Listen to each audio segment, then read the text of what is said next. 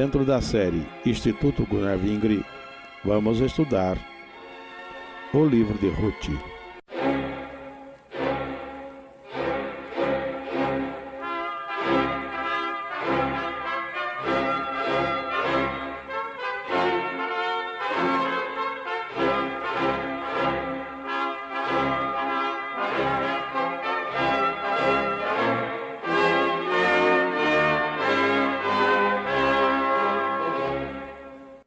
Entramos agora no estudo do livro de Ruth.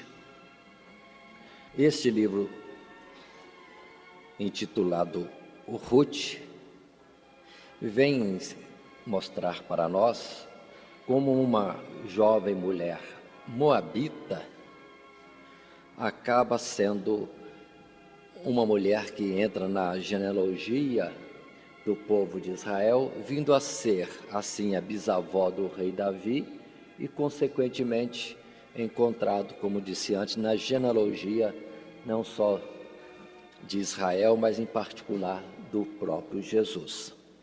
O fato que nós estudamos no livro de Ruth acontece aproximadamente há 1000 anos antes de Jesus vir, do Senhor se manifestar ao mundo. E temos algumas características especiais neste livro. Um dos aspectos interessantes, especiais, é que dos 2 livros que levam o nome de uma mulher, este é um deles, o livro de Ruth e depois o livro de Esther. São os únicos 2 livros com nome de mulher. Ainda, outro detalhe interessante, ilustra o fato de que o plano divino da redenção incluía os gentios, que durante os tempos do Antigo Testamento foram já enxertados ao povo de Israel mediante a fé no Senhor Jesus. E ainda, um dado interessante do livro de Ruth é que traça um retrato realista da vida, com seus contratempos, mas também mostra como a fé e fidelidade de pessoas piedosas trazem oportunidade para Deus converter a tragédia em triunfo e a derrota em uma bênção. Lembremos um pouquinho da história que vimos no livro dos Juízes. Quantas coisas consideramos ali, historicamente, do que estava acontecendo com o povo de Israel, com as tribos tomando posse da terra prometida, entretanto falhando para com Deus nos mandamentos de Deus. E chegamos àqueles absurdos de um jovem levita ser transformado em sacerdote da idolatria, primeiro de uma família, depois da tribo de Dan, tribo essa que se desviou totalmente de Deus. E observem esta análise, que no livro de Apocalipse não consta a tribo de Dan como uma das 12 tribos na Jerusalém celestial. Vimos também os fatos que levaram quase ao extermínio da tribo de Benjamim. Coisa terrível aconteceu ali, tudo no livro de Juízes. Mas, se o livro de Juízes traz para nós uma situação horrível de um povo que se desviava de Deus no seu geral, de tribos inteiras que se perdiam, envolvendo-se na idolatria, entretanto, observem que Deus ainda tem alguns que andam nos seus mandamentos e são como que aquilo que tem de nobre, como pedras preciosas em meio a tanto cascalho desta história que temos considerado. Abrindo assim então o livro de Ruth, no primeiro capítulo, temos os primeiros fatos que já norteiam este livro. O assunto refere-se a uma família da cidade de Belém, Belém, que é da tribo de Judá, região que antes era chamada também Efrata, tanto que no tempo de Raquel, tempo ainda de Jacó, se mostra que Raquel faleceu quase chegando a Belém. Efrata seria o local onde ela morreu. Por isso a citação de Belém de Efrata, Belém da Judéia, que são localizações que definem melhor a posição desta cidade. Qual é a família? No capítulo 1, podemos ler os primeiros registros dessa história. Sucedeu que nos dias em que os juízes julgavam, houve uma fome na terra, pelo que um homem de Belém de Judá saiu a peregrinar nos campos de Moabe, ele e sua mulher e seus 2 filhos. E era o nome deste homem Elimeleque, e o nome de sua mulher Noemi, e o nome de seus 2 filhos Malom e Quilion, efrateus de Belém de Judá. E vieram aos campos de Moabe e ficaram ali. Paremos um pouco nesse verso 2. Aí está o início da história. Uma família constituída pelo casal e 2 filhos. Família simples, lá de Belém de Judá, da tribo de Judá, era Elimeleque. Às vezes é importante vermos os nomes e seus significados. No caso de Elimeleque, é um nome mais característico e importante para entendermos. Elimeleque significaria de quem Deus é rei. Isso significa que o pai deste homem, ao dar o nome ao filho de Elimeleque, estava dizendo, fazendo menção ao Deus Jeová, o Deus que era rei do menino que nascia. Então não era só Elimeleque que era temente a Deus, mas naturalmente pelo nome que recebeu, os seus pais também eram tementes a Deus. Elimeleque, de quem Deus é rei. E Noemi significa agradável, Malom, delicado, Quilion, fraco ou frágil. Esta é a família. E que vão, diz a palavra, por causa de uma fome, descem à terra de Moabe. Para quem conhece, podemos analisar no mapa da terra de Israel, temos o rio Jordão e o Mar Morto ao final do Jordão. A leste, ao oriente do Jordão, ou melhor, do Mar Morto, temos as terras de Moabe, que é descendência de Ló, parente então de Israel, nações parentes. E Belém é da tribo Judá, seria no caso ao ocidente do Mar Morto. O Mar Morto separaria essas 2 terras. E temos essa família então saindo por causa da fome na Judéia para peregrinar lá em Moabe. 4 pessoas saindo para essa peregrinação. O verso 3 é que diz isso. E era o nome deste homem Elimeleque, conforme vimos, os seus filhos. E o verso 3 diz: E morreu Elimeleque, marido de Noemi, e ficou ela com seus 2 filhos, os quais tomaram para si mulheres moabitas. E era o nome de uma Orfa e o nome da outra Rute, e ficaram ali 10 anos. 10 anos. Que significa o nome Orfa? Significa bondosa. O nome Rute, rosa. Esses são os nomes. Os nomes principais, na verdade, são de Elimeleque e Noemi, por causa das implicações que nós temos já citado e outras mais que virão à frente na nossa consideração. Uma família desce em peregrinação numa terra estrangeira.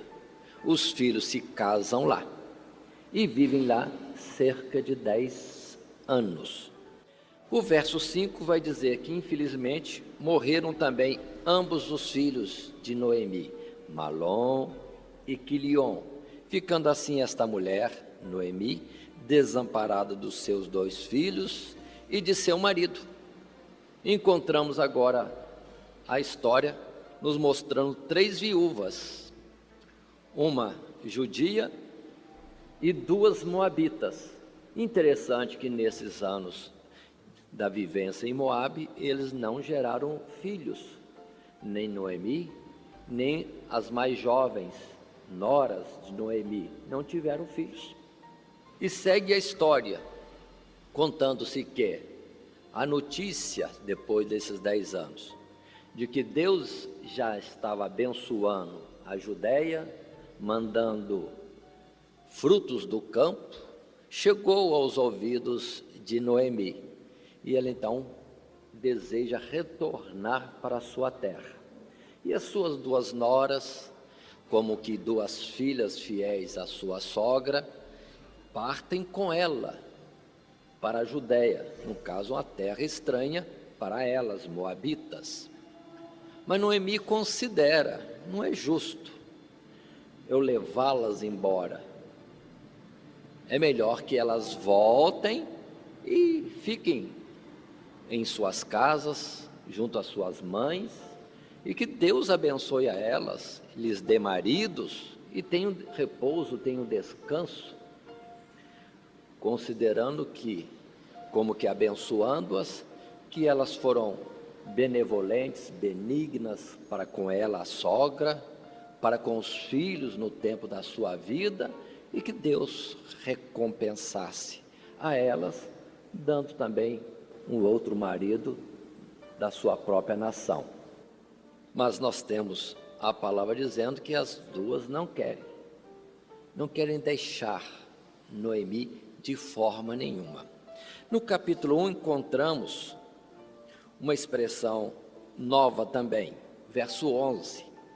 Leio esses versos porque expressam o costume daquela época. Diz assim: porém Noemi disse: tornai minhas filhas, porque iríeis comigo?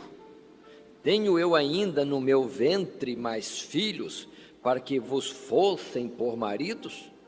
Tornai, filhas minhas, ide-vos embora, que já muito velha sou para ter marido. Ainda que eu dissesse: tenho esperança, ou ainda que esta noite tivesse marido, e ainda que tivesse filhos, esperá-lo-íeis até que viesse a ser grandes?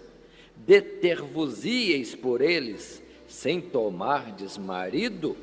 Não, filhas minhas, que mais amargo é a mim do que a vós, porquanto a mão do Senhor se descarregou contra mim. Noemi apresenta isso. O que ela disse? Observe o costume da época, que era um costume de Israel. Quando o marido morria sem deixar descendência, a expectativa é que um parente próximo, de preferência um irmão, um cunhado, viesse assumir a posição de marido das viúvas ou da viúva e gerassem nesta viúva filho da família. E Noemi diz isso: vocês vão esperar que eu tenha filhos? Eu sou velha, quem disse que eu terei marido ainda? E se tivesse marido, quem disse que vou ter filho? E vocês vão ficar esperando esse filho meu crescer, esperando por eles para vos ser por maridos? Não, não, não, de forma nenhuma. Voltem para a sua terra, como que desobrigando-as àquela tradição própria de Israel. Noemi não tinha mais esperança alguma nela mesmo de casamento, de gerar filhos e de algum suporte para suas noras. Despediu-as. A expressão bíblica diz que elas choraram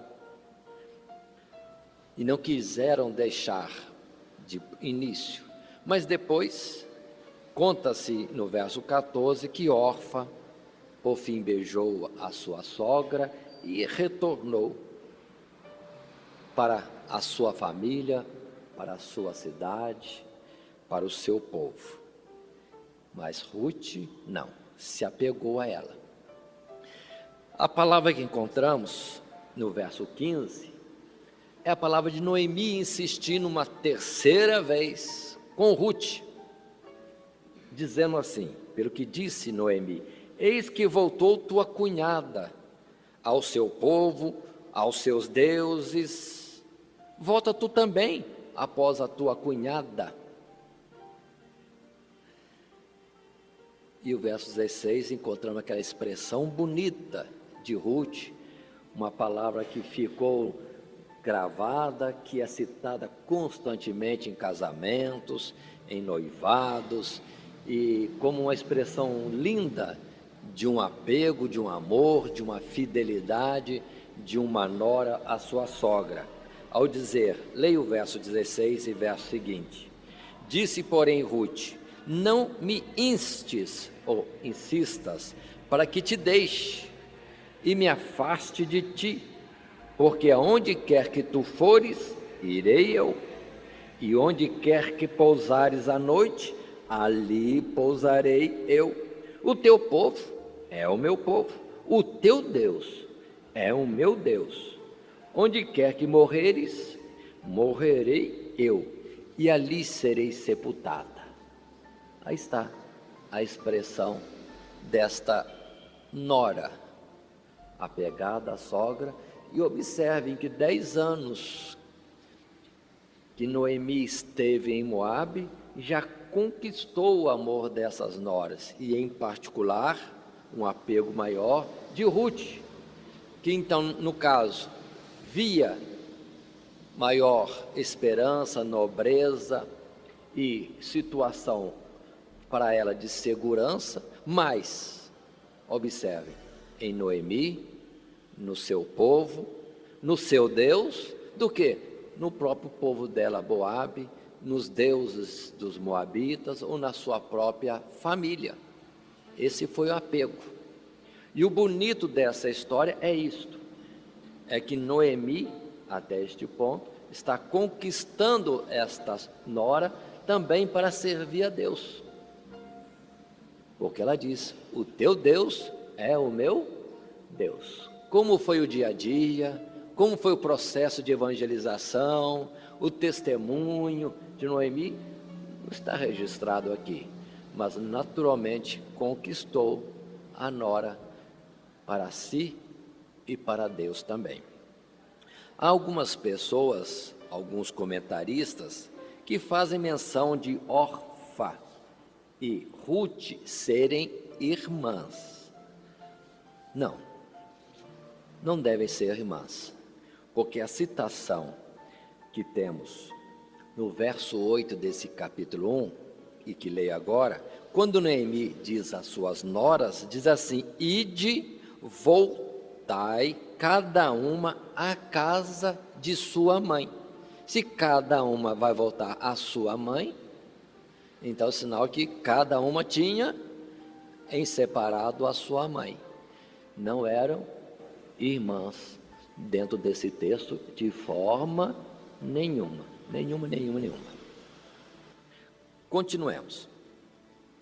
A partir dessa terceira vez que Noemi tentou que Ruth voltasse e que ela fez essa declaração tão bonita, pronto, ela desistiu de estar como que apertando para Ruth voltar. Foi em frente e voltou para a sua terra, para a tribo de Judá, para a cidade de Belém, e chega até a cidade de Belém.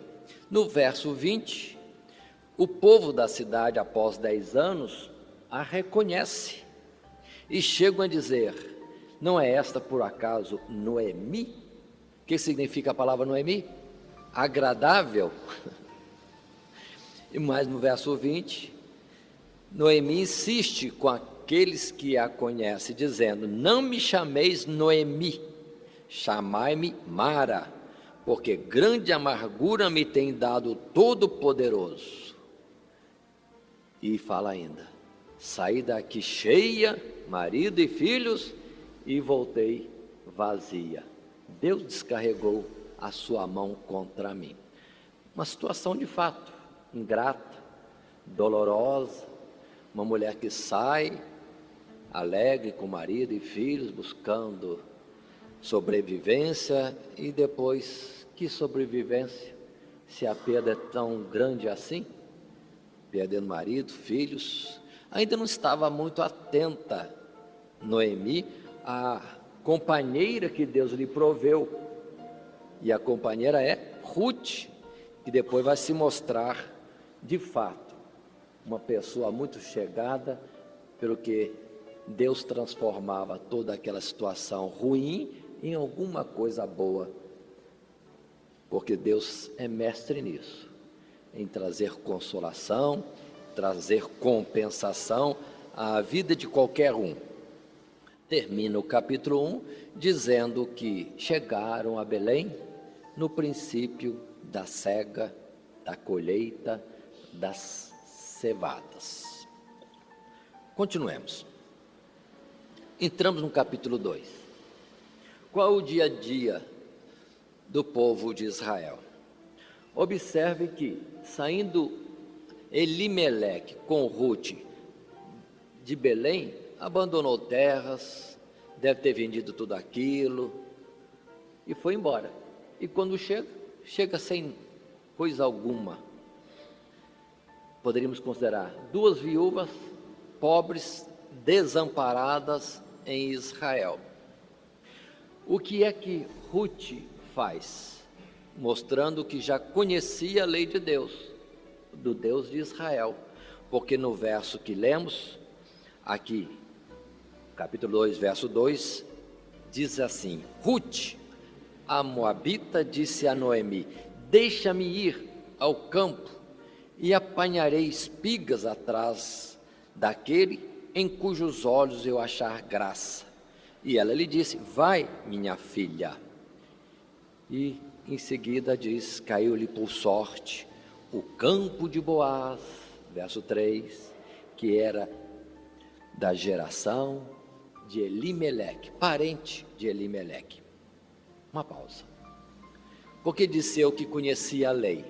Porque na lei de Deus estava determinado que quando chegasse o tempo da colheita, o dono dos campos deveria fazer a colheita, mas abandonando os cantos, o que caísse da mão dos segadores, dos colhedores, não era para voltar para pegar, para que os pobres, órfãos e viúvas da terra viessem após e colhessem o que ficasse, como rabiscos, como sobra, como esquecido, perdido no chão, e assim tivesse o seu sustento. Então, quando Ruth pediu para ir após os segadores, é porque ela tinha noção desta lei de Deus.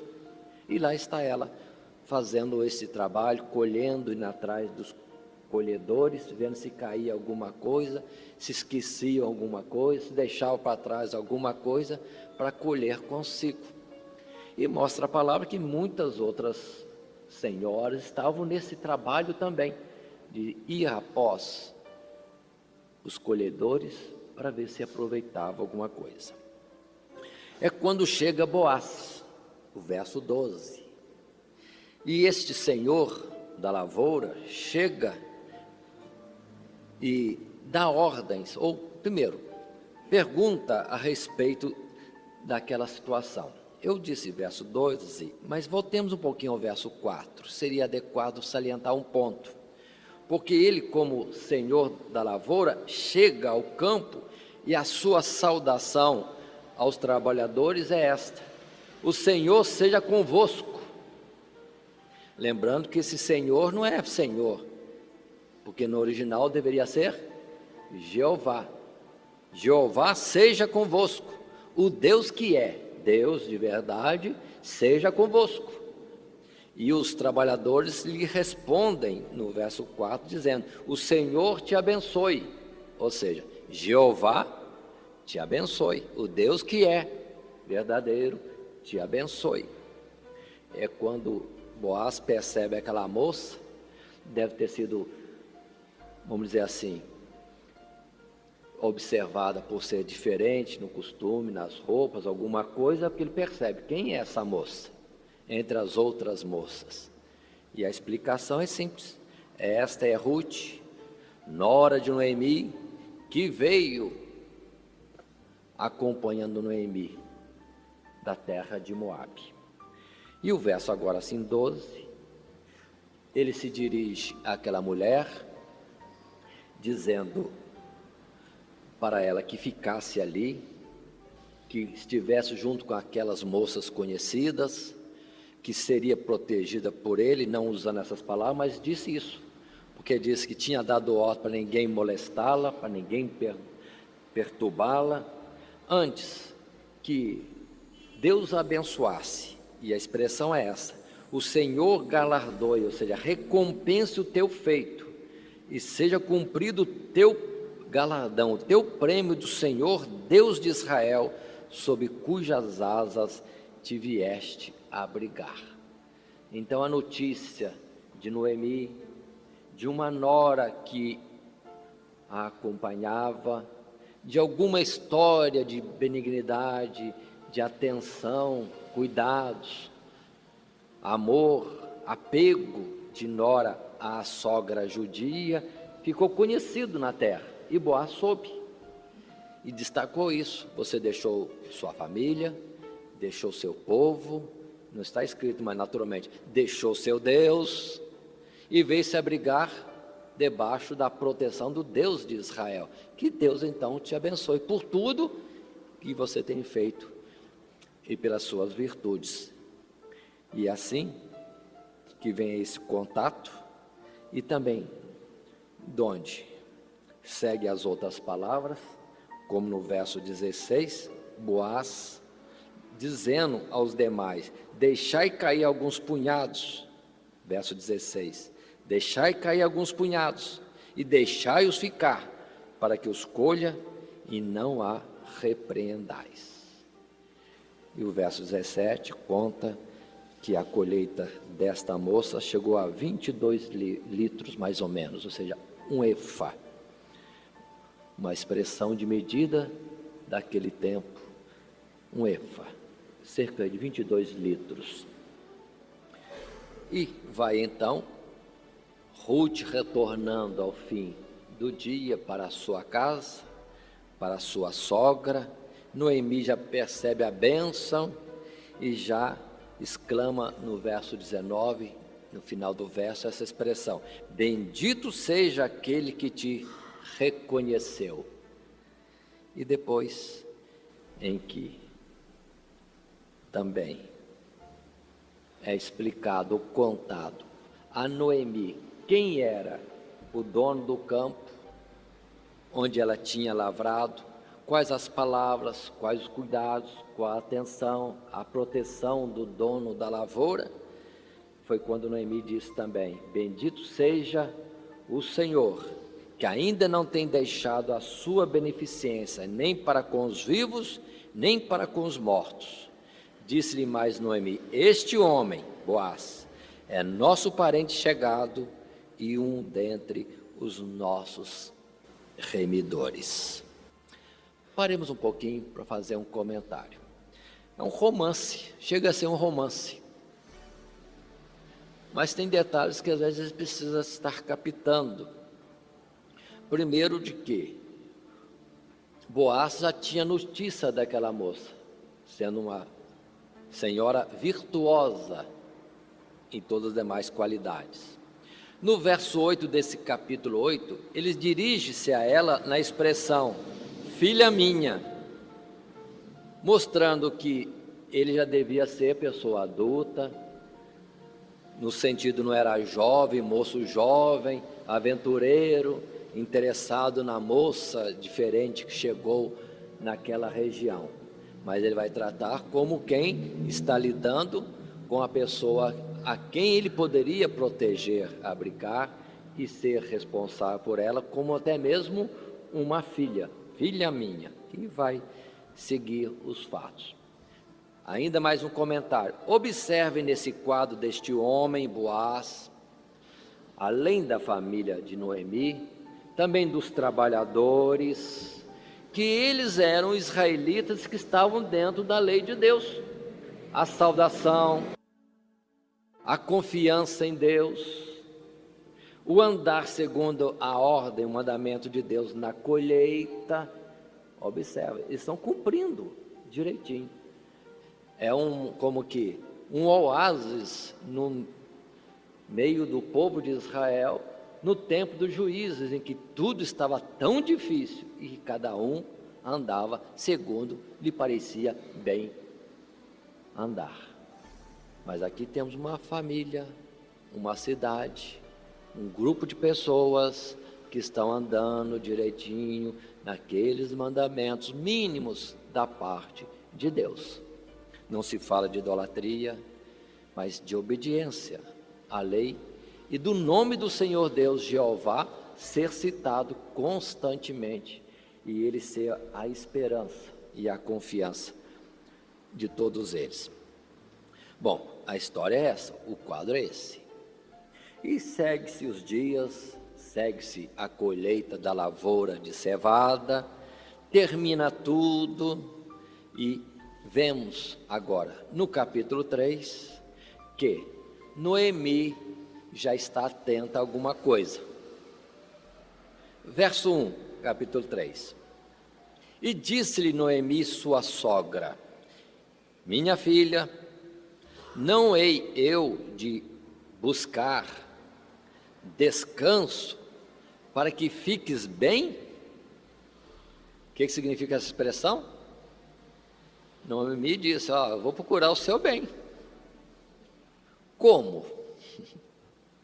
E a sogra dá para a nora mais jovem uma ordem do que ela deveria fazer para que sucedesse um bem para ela. Qual é o bem? O verso 2 até o verso 5, temos o plano de Noemi, e é esse. Diz ela para a nora: ora pois, verso 2, não é Boaz, com cujas moças estiveste de nossa parentela?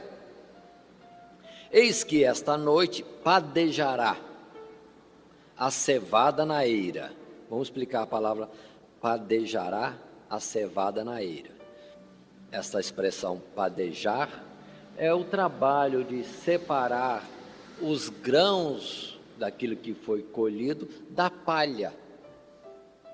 E a eira é justamente aquela região, um lugar plano, talvez com terra batida ou cimentado se fosse hoje, um lugar plano, onde se colocava toda a colheita e ali se batia as varas em cima dos bagos do produto colhido e se separa a semente e depois procura através de peneira ou jogar para cima a palha, e o vento leva a palha e os grãos vão ficando no chão e depois são juntados facilmente.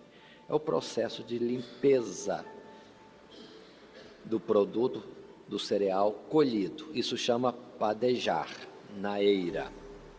Verso 3, a sogra falando: lava-te, pois, unge-te e veste as tuas vestes e desce a eira.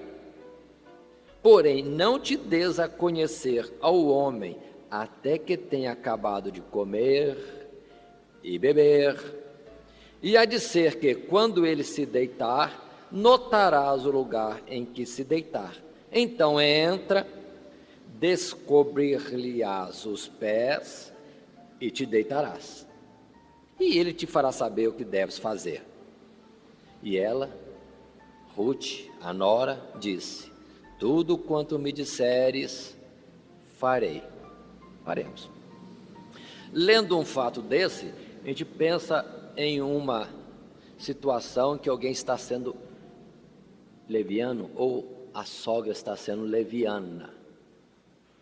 Para os nossos padrões poderia ser, mas dentro do padrão daquele tempo não era caso de ser leviana, mas sim de utilizar ou requerer o seu direito. Observe que Noemi disse: é remidor, porque é parente próximo. Então era obrigação pela lei de um parente próximo ir ter com Noemi ou com a nora Ruth e lhe suscitar descendência pelos falecidos. É lei de Deus, era obrigação. E é quando então Noemi, mais atenta a isso, disse: você vai fazer o que eu estou te falando, e vai ter a ousadia de chegar até ao homem, no caso o parente, que é o seu remidor, e vai deitar ao pé dele, ao terminar a festa da colheita, do limpar o trigo, porque conforme o costume, eles faziam a limpeza, depois faziam uma festa, comiam, bebiam e iam dormir. E você vai deitar-se onde ele se deitar. Pronto. E ela fez exatamente isso. Sucedido, verso 8. Sucedeu que pela meia-noite o homem estremeceu e se voltou, e eis que uma mulher jazia a seus pés. Disse ele: quem és tu? E ela disse: sou Ruth, tua serva. Estende, pois, tua aba sobre a tua serva, porque tu és o remidor. Outra vez, paremos. O que ela está dizendo para ele? Ele estranhou: uma mulher aqui, deitada comigo, quem é você? Ruth, tua serva. Estende a aba, ou seja, estende a cobertura, no sentido do momento, podia ser o cobertor, o lençol, ou conforme o costume a capa, porque se cobrir, estende sobre mim, porque você é o remidor. Ou seja, estava pedindo que ele estendesse as asas protetoras sobre ela, porque era compromisso dele protegê-la, ser o seu remidor, segundo a lei de Deus. Qual a resposta do homem?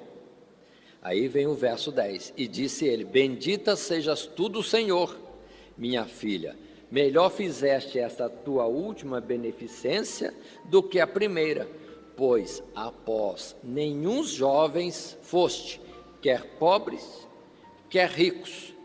Agora, pois, minha filha, não temas, tudo quanto disseste te farei, pois toda a cidade do meu povo sabe que és mulher virtuosa. Aí é quando ele considera: de fato você é virtuosa, porque podia ter ido atrás de outros jovens.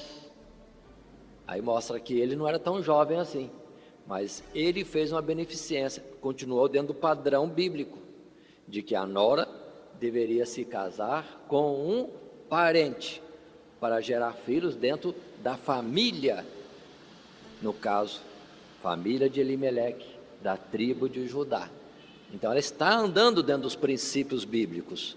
É quando ele diz: esta tua beneficência é maior do que as outras, por causa deste compromisso que ela estava seguindo dentro do mandamento de Deus. Mas há um porém. É ele que diz no verso 12: porém, agora, é muito verdade que eu sou o remidor, mas ainda outro remidor há mais chegado do que eu. Fica-te, pois, aqui esta noite, e será que pela manhã, se ele te redimir, bem está, ele te redima. Porém, se te não quiser redimir, vive o Senhor, ou vive Jeová, que eu te redimirei, deita-te aqui até amanhã. Havia um parente mais próximo, não era ele, na verdade, o remidor imediato. Tinha um outro com compromisso, com obrigação de cumprir essa parte da lei de Deus. E ele disse: bom, não sou eu, há alguém antes de mim. Se ele redimir, é ele. Se ele não quiser, eu farei a minha parte. Continua a expressão, no verso 14, eles procuram naturalmente levantar mais cedo, porque o cuidado foi esse. No verso 14 final se diz: não se saiba que alguma mulher veio à ira. Ele zela também por esse aspecto. E se alguém soubesse que veio uma mulher ali, pronto, as ideias. Mas aqui não há malícia nenhuma, nenhuma maldade, pode observar. É só a mulher, por instrução de Noemi, apresentando-se para o direito que tinha de ser remida, ser protegida, ter o amparo estabelecido pela lei de Deus. Verso 16, versos seguintes desse capítulo 3, se conta que Ruth retorna para sua sogra, dá o relatório de tudo que fez, de que também foi despedida com estas instruções, que recebeu o donativo de algumas medidas de cevada a mais, porque não queria ele, Boaz, que ela retornasse para casa de mãos vazias para a sua sogra, mas que levasse também algum presente, no caso, o fruto da colheita. Bom, o verso 18 mostra, além daquilo que já vimos, da decência deste homem e de um homem que anda nos mandamentos de Deus, Boaz, a expressão de Noemi no verso 18, ao dizer: então disse ela, Noemi, sossega, minha filha, até que saibas como irá o caso, porque aquele homem não descansará até que conclua hoje este negócio. Então Noemi conhecia Boaz, falou: ele vai fazer o que tem que fazer, só descanse, espere. E entramos assim no capítulo 4. E os fatos são consequentes da própria lei. E conta o registro bíblico que Boaz foi e assentou-se à porta da cidade, conforme o costume daqueles tempos antigos, e ficou esperando seu parente vir. E quando viu seu parente, chamou-o. E a expressão aqui é: fulano, não dá nem o nome do parente. Fulano, chega aqui perto, sente-se aqui conosco. E ele chamou 10 anciãos da cidade: sente-se aqui. E é quando Boaz então expressa para aquele seu parente, que era parente mais chegado de Noemi, a situação. Noemi voltou da peregrinação em Moabe, e vamos dizer com nossas palavras, está viúva, empobrecida, vendeu todos os seus bens, e dentro da lei de Deus cabe a você comprar as terras que eram dela, para devolvê-las à viúva. Era a ordem de Deus. Toda a terra voltava para o dono original, de uma forma ou de outra, e uma delas era que o parente mais próximo deveria comprar, para guardar na família as heranças que Deus tinha dado ao seu povo, distribuído nas suas famílias. Ou então, ao chegar o ano do jubileu, que era de 50 em 50 anos, todas as terras voltavam, cada uma, para o seu dono de origem. E assim, não havia pobre em Israel, pelo menos 50 em 50 anos, todas as terras voltavam aos seus donos primitivos. E o pobre tinha, então, possibilidade de retomar ou reiniciar a sua vida no meio da nação. E ele, Boaz, expressa para este parente: tudo isso cabe a você. E o parente diz: tá bom, eu vou comprar as terras, eu vou remir a Noemi. Mostra que mais um homem também era dos que andavam segundo a lei de Deus. Poderia ele dizer: eu vou ter o desperdício, comprar a terra que eu vou ter que devolver depois para a família? Não, ele não considera o que poderia perder, ter de danos, mas diz: não, eu compro terra que deveria depois devolver para Noemi. Aí Boaz lança: no dia que você comprar as terras de Noemi, você tem que levar também a nora, para suscitar nela filhos na descendência de Noemi. É quando então o remidor diz: não, aí mudou a história. E ele responde dizendo que desta forma já não posso, porque aí vai prejudicar a minha herdade. De alguma forma haveria um dano, não sei se na família, se já existiam muitas mulheres, não sabemos qual é a razão. Diz: não, aí haverá prejuízo, dano à minha herdade. A Bíblia só fala isso. é melhor você tomar esse compromisso e redimi-la. E é quando Boaz então aceita esse fato. Mas aqui tem um detalhe histórico de costumes da época, o que está no verso 7 do capítulo 4. Havia, pois, já de muito tempo este costume em Israel, quanto à remissão e contrato, para confirmar todo o negócio, que o homem descalçava o sapato e o dava a seu próximo. E isto era por testemunho em Israel. Disse, pois, o remidor a Boaz: toma para ti, e descalçou o sapato. Costume. Não tirar o sapato e dar para o outro o sapato, vai dizer, não, eu renuncio a essa parte, você assume. Era o costume. De onde vem esse costume? Na verdade, é dentro de uma lei de Deus, só que modificada. Está lá em Deuteronômio capítulo 25, versos 7, 8 e 9. Porque na lei do Senhor, em Deuteronômio capítulo 25, desde o verso 7, citando este mandamento de Deus de que a viúva fosse protegida, recebida, amparada, e depois por ela se levantasse descendência aos defuntos, no nome da família do defunto, está escrito no verso 7, porém, se o tal homem não quiser tomar sua cunhada, subirá então sua cunhada à porta dos anciãos e dirá, meu cunhado recusa suscitar a seu irmão nome em Israel, não quer fazer para comigo o dever, a obrigação de cunhado. Então os anciãos da sua cidade o chamarão e com ele falarão, e se ele ficar nisto e disser, não quero tomá-la, então sua cunhada se chegará a ele, aos olhos dos anciãos, e lhe descalçará o sapato do pé, e lhe cuspirá no rosto, e protestará e dirá, assim se fará o homem que não edificar na casa de seu irmão.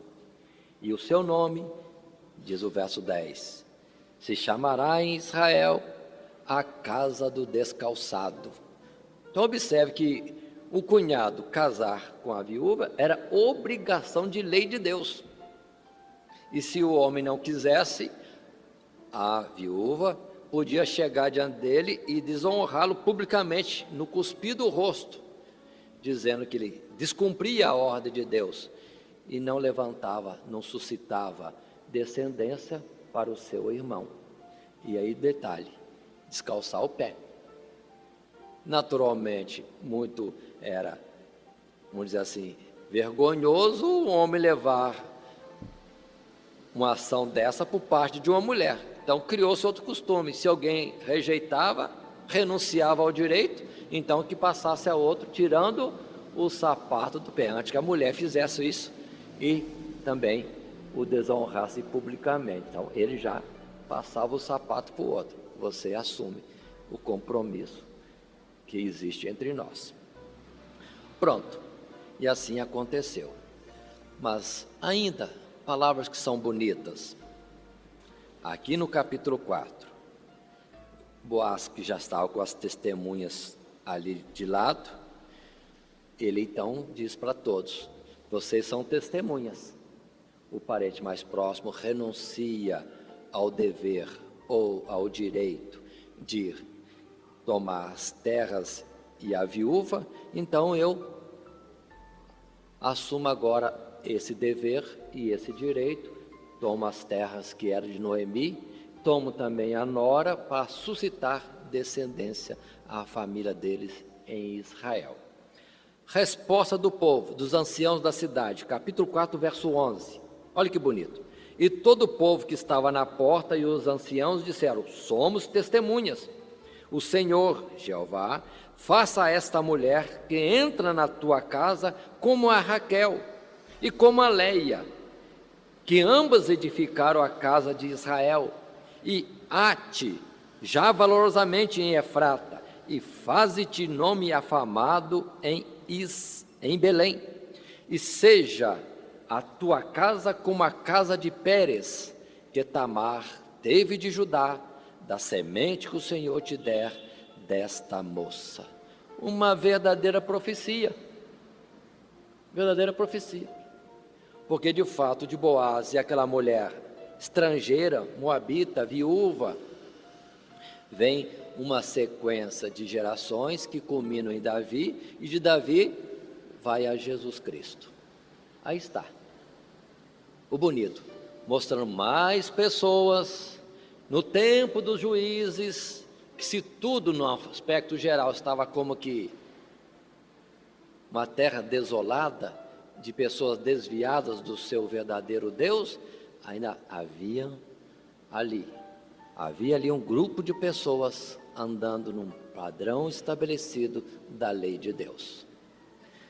A sequência dos fatos mostra que, de fato, Boaz casa-se com Ruth, ela vem a conceber e gerar um filho. Paremos. Observe, irmão, como que são os planos de Deus. Por que Deus não fez que Ruth gerasse por Malom? Parece que Deus provoca uma situação que parece desastrosa para fazer alguma coisa diferente. E de um povo rejeitado sai uma pessoa virtuosa, um padrão de decência, moralidade própria do povo de Deus, em verdade, para gerar a descendência que vai dar em Cristo Jesus. Olha que interessante. Deus podia fazer isso com Malom, mas muda as coisas para acontecer dessa forma. Puxar uma pessoa que não é de Deus, do povo que não é de Deus, para fazê-la ser do povo de Deus e ser da geração que vai trazer Jesus. Verso 14, na sequência do nascimento da criança, temos então essa expressão, verso 14: então as mulheres de Belém disseram a Noemi: bendito seja o Senhor que não deixou hoje de te dar remidor, e seja o seu nome afamado em Israel.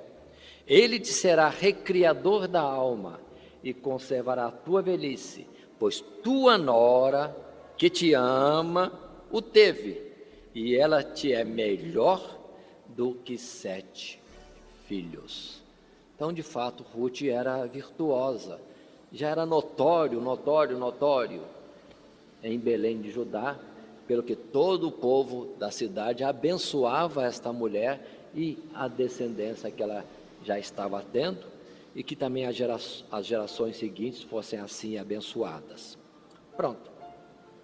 O verso mais à frente vai dizer que Noemi passou a ser como que babá, na verdade foi como que uma mãe para essa criança, era neto, né? E a criança se chama Obed. A palavra Obed tem uma tradução que é como servo, servindo, mostrando que está dentro do padrão de servir ao Senhor. É a suposição do significado deste nome. E vai a sequência do verso 16 no final, ou verso 17 melhor dizendo que Obed, este é o pai de Jessé e é o pai de Davi. E o verso 18 diz: estas são, pois, as gerações de Pérez. Pérez gerou Esrom, Esrom gerou Arão, Arão gerou a Aminadab gerou a Naasson, Naasson gerou Salmão, e Salmão gerou a Boaz, e Boaz gerou a Obed, e Obed gerou a Jessé, Jessé gerou a Davi, para depois, em Mateus capítulo 1, peço que abra esse verso, no capítulo 1, verso 3, 4, 5, temos a genealogia que leva a Jesus Cristo. Mas quero fazer alguns comentários ainda. Quais comentários? Lendo em Mateus capítulo 1, verso 3, 4 e 5, o 3 fala da descendência de Jesus por Judá, que é filho de Jacó, e que por Tamar foi gerado alguém e segue a descendência. Quem é Tamar? Quem é Tamar? Cananeia.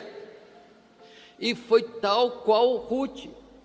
Era uma nora que estava desprezada, esquecida, nora que perdeu o marido e ninguém lhe cumpriu a ordem da lei de ser o seu remidor.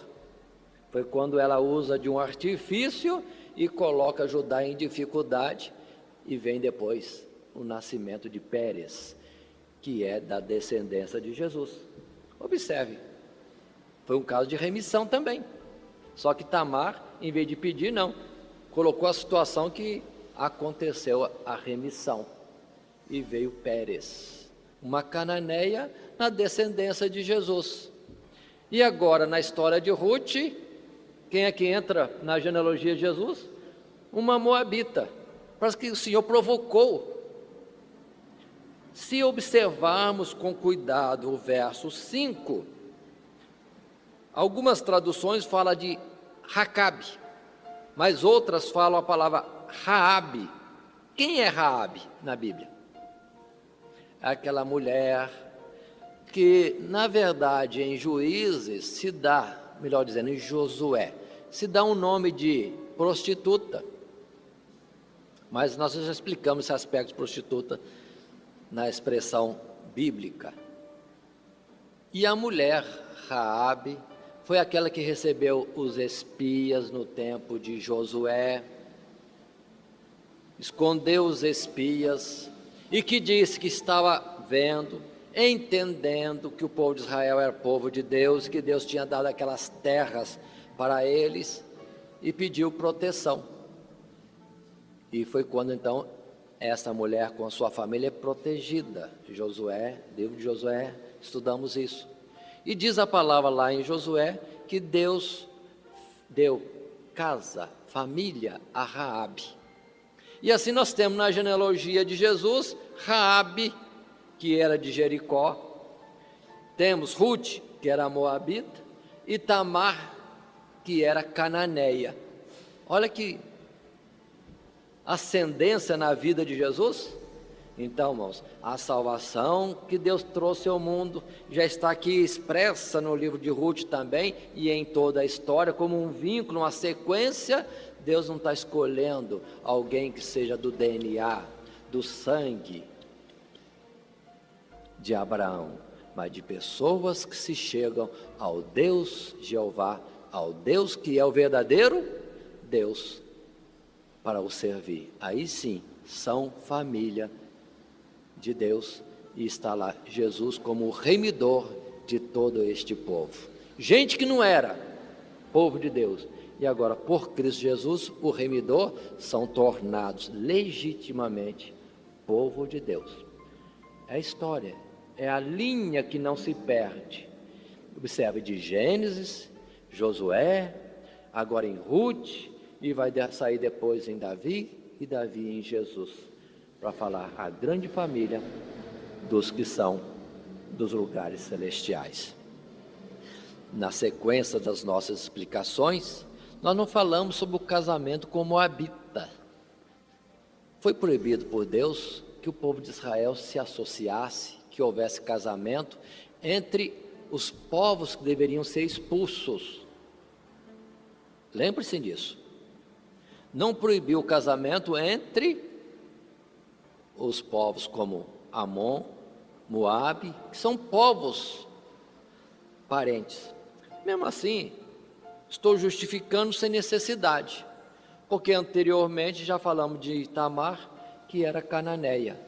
E lembremos também que quando o povo de Israel foi para o Egito, os israelitas que estavam no Egito casaram-se com quem?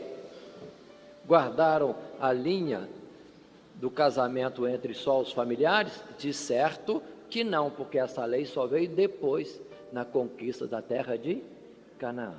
Então observe, irmãos, o povo salvo por Deus, conforme o modelo aqui, envolve, sim, pessoas de todos os povos, todas as tribos, todas as línguas, todas as nações.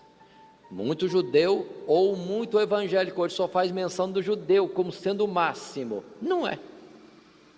Deus veio para o que era seu. Toda a humanidade é sua. Ele veio salvar todo aquele que crê em Cristo Jesus. E a palavra em Gálatas, capítulo 3, verso 27 é: todo aquele que é batizado em nome de Jesus, é batizado sim, fazendo-se descendência de Abraão, não pelas carnes, não pelo sangue, na linguagem moderna, não pelo DNA de Abraão, mas pela fé no Deus que é verdadeiro. Assim, ainda que Noemi não seja judia, toda a história está certinho no contexto bíblico do plano de Deus revelado ao mundo. Jesus Cristo, o remidor, aquele que traz a remissão para todos, indistintamente, a sua situação, a sua origem. Porque em Jesus é que cada um é justificado. Que assim Deus nos abençoe em Cristo Jesus. Amém.